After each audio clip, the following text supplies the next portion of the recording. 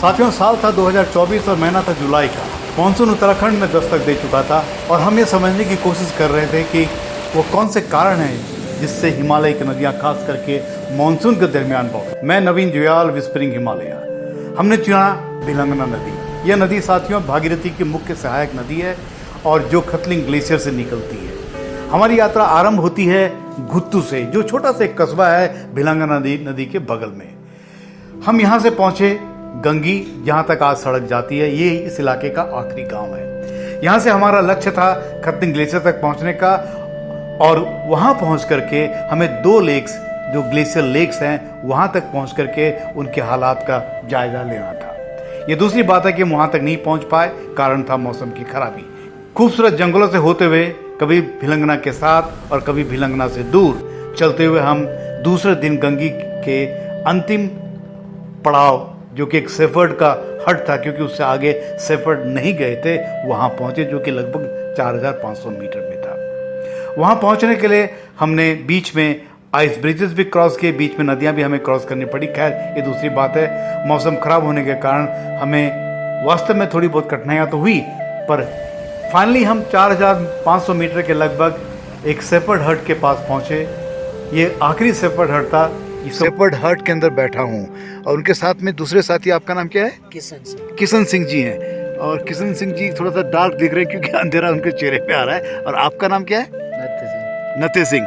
ये 3 हमारे जो मित्र हैं जिन्होंने हमको बड़ी मेहरबानी करके अपने इस शेल्टर में जगह दी। बच्चन सिंह जी के पास करीब 700 करीब बकरियां हैं और कुछ देर में बच्चन सिंह चले जाएंगे बकरियों को देखने के लिए। ये चूल्हा जो आपने बनाया है ना, इसका क्या डिजाइन है? तो गजब डिजाइन है इसका। क्या है डिजाइन? ऐसा है ना, हाँ, कि ऊपर तो लकड़ी सूख जाएगी और नीचे जो है इधर खाना बन जाएगा। अच्छा, इसलिए बना रखा है। ऊपर सूख जाएगा और इधर अवश्य जो है, इधर अवश्य ना आग नहीं जगती, आग नहीं जगती। अच्छा, तब इसे जो और बंद कर रखा है तब आग ठीक जाएगी। और कौन सा गीत गाते हो जब आप अकेले में दुखी होते हो? तो खुद भगवान का नाम लेते हैं, परमात्मा हमारा दुख दूर तो ही करो। और क्या नाम गीत है? एक गीत का लाइन लगा दो।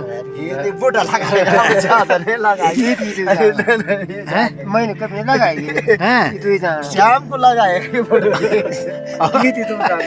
नथा सिंह जी वापस आ गए हैं अपनी बकरियों को लेकर के, पर कह रहे हैं कि कुछ बकरियां भी बाकी हैं। उन्होंने गढ़वाली गाना लगा रखा है, एक टॉर्च जला रखी है, आग भी जला दी उन्होंने।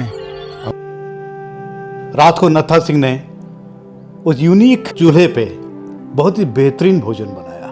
उस तंबू में जहां 2 लोगों की सोने की व्यवस्था है, वहां हम 5 लोग सोए। रात भर बूंदाबांदी होती रही। हमें यह भय था कि कहीं स्नोफॉल ना हो जाए और जिससे हमारा रास्ता अवरोधित भी हो सकता था, पर ऐसा नहीं हुआ। बहुत जल्दी हमें नींद आ गई। सुबह जब हम उठे तो चारों तरफ कोहरा था, परंतु इंटरेस्टिंगली बच्ची सिंह और उसकी भेड़ें निकल चुकी थी उस धुंध में, और साथ में उनके पीछे निकल चुके थे उनके शीप डॉग्स।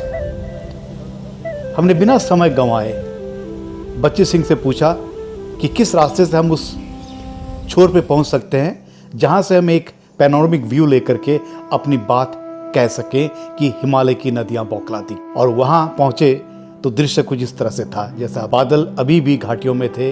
कुछ बादल तो ऐसे लग रहे थे जैसे भाप बन के ऊपर उड़ रहे होंगे। तो सुनिए जनाब कि नदियां हिमालय की नदियां समर्स में क्यों बौखलाती हैं।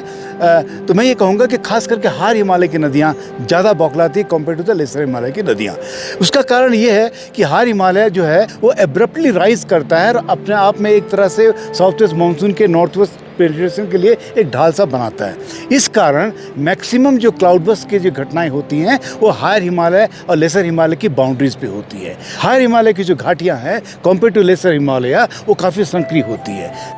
तीसरी बात बड़ी इंपॉर्टेंट आपको ध्यान में रखनी पड़ेगी कि हार हिमालय का डोमेन जो होता है वो ओल्ड और नए लैंडस्लाइड से काफ़ी ज़्यादा आच्छादित है। इस कारण से जब ये फोकस रेनफॉल होती है तो ये जो इसके जो स्लोप्स हैं जिसमें लैंडस्लाइड की डेब्रिस बैठी हुई है, ये ट्रिगर करती हैं और ट्रिगर करने के कारण जब ये नीचे रोल डाउन करती है, नैरो वैली होने के कारण नदियाँ अवरोधित हो जाती है और उससे टेम्पररी डैम बनता है। यहाँ एक बात बड़ा इंपॉर्टेंट आपको बताना चाहूँगा कि हमारा एक अध्ययन अपर गंगा कैचमेंट में था। पिछले 1000 साल में हमने देखा कि मैक्सिमम जो फ्लड्स ये उत्तराखंड हिमालय में आए हैं वो लैंडस्लाइड से जनरेटेड फ्लड ही थे, न कि ग्लॉफ। दूसरा बहुत मुख्य कारण यहाँ के जो फ्लड का जो अब आने आ रहा है, पिछले लगभग 20-25 साल में ये देखा गया है कि ग्लोबल वार्मिंग के कारण हमारे ग्लेशियर काफ़ी फास्ट रेट से रिसीड कर रहे हैं। जब ग्लेशियर रिसीड करता है तो उसका आइस वॉल्यूम रिड्यूस होता है, मेल्ट वाटर इंक्रीज कर जाता है। जब वो पीछे की तरफ जाता है तो उसके आगे एक छोटा सा बैरियर बनता है जो मोरेन का बैरियर होता है, उसके बीच में एक झील बन जाती है ना। इस झील को हम लोग कहते हैं प्रोग्लेशियल लेक।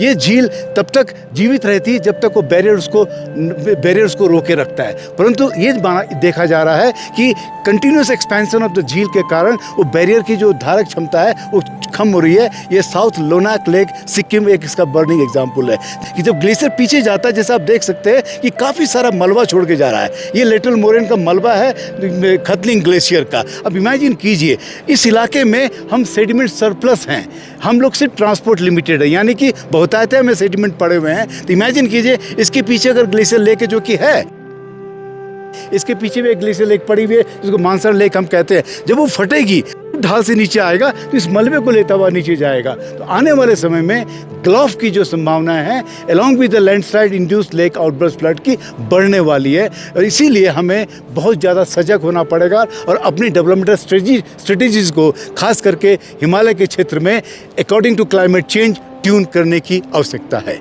तो दोस्तों, इसके साथ अब हम वापस चलते हैं गंगी गांव की तरफ, पर जाते जाते हम बच्ची सिंह जी और नत्था सिंह जी का जो इस